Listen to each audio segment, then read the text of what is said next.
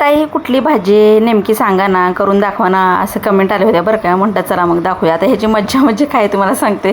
हे बीट आणि गाजर आहे की नाही, मी ह्या अख्खा मसूरसोबत कुकरमध्ये असं ह्याचं ज्यूस करण्यासाठी ठेवलं होतं. आणि काय झालं, खूप उशीर झाल्यामुळे ज्यूस आम्ही केलाच नाही. मग आपण बायाच बरं का असा जुगाड करणार बघा. शेवटी आपलं डोकंच भारी बरं का बायांचं सगळ्यांचं. की मग ते जे बीट होतं ना, जे गाजर होतं ना, ते मी टाकलं या अख्खा मसूरमध्ये आणि मस्तपैकी मॅश करून घेतलं. आणि त्याला आलं की एकदम भडक एकदम रंग आणि लयच टेस्टी केल्यानंतर एवढं भारी लागलं. कारभार ते म्हटलं का रोजच्यापेक्षा भाजी वेगळी लागते का ह्या का मसूरची. मी म्हटलं वेगळी म्हणजे चांगली लागते का चांगली झाली नाही. ते म्हटलं अगं एकच नंबर झाली. मग मी हे अशा प्रकारे मसूरची भाजी केलेली आहे. म्हणजे रेग्युलर तर आपण कांदा तिखट मीठ लसणाची फोडणी वगैरे टाकून कोथिंबीर टाकून करतो, पण ह्याच्यात गाजर आणि हे बीट टाकल्यामुळे भाजीला रंगसुद्धा आणि चवसुद्धा एक नंबर लागते. विशेष म्हणजे गाजर आणि बीट घातल्यामुळे हेल्दी झाली बरं का. तुम्ही पण नक्की ट्राय करा. चला की सबस्क्राईब करा की पटापटा.